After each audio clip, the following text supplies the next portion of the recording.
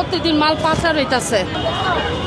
হ্যাঁ, এরা পাচার করে, আমাকে কি কোনো হক নেই, অধিকার নেই? কেন এরা পাচার করে? এখন কে অধিকার দিছে? কারা পাচার করছে মা? এই ডিলাররাই করে, বস্তা বইরা বইরা পাচার করছে। কালকে ফার্ম করে করছে, খোদা 30টা দিন পাচার হইতেছে, আমরা একটা দিন মাল পাই না।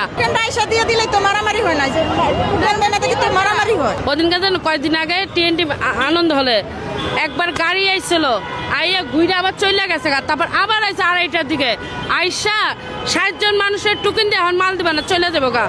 তারপর দিব না, অন্য পুরা ট্রাক বোঝায় মাল ছিল, অর্ধেক মাল তারা অন্য বেচে আইছে। তারপরে 60 জনের টুকিন দিয়ে আবার আম করে দিব না, চলে যাবো গা। তারপর সবাই পাবলিকে মনে ধরছে যে ট্রাক পুড়ে এলাম, আগুন জ্বালাম, তোরা নিয়ে যেতে পারবি না, এরকম করে। কালকে TNT মাঠেও মাল পাচার হয়েছে। প্রতিদিন এরা পাচার করছে, এরা মিথ্যা কথা বলে। এই ডিলারগুলো ভালো না।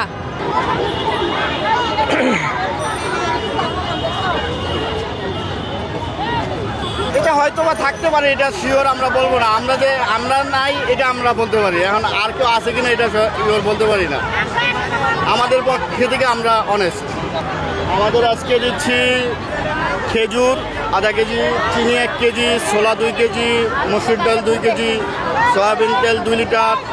এমনি কোনো সমস্যা হচ্ছে না, ঠিকঠাক মতো দেওয়া হচ্ছে, কিন্তু একটু ভিড়ভাড়টা একটু বেশি, মানে মালের চাহিদা অনুযায়ী মানুষ অনেক বেশি।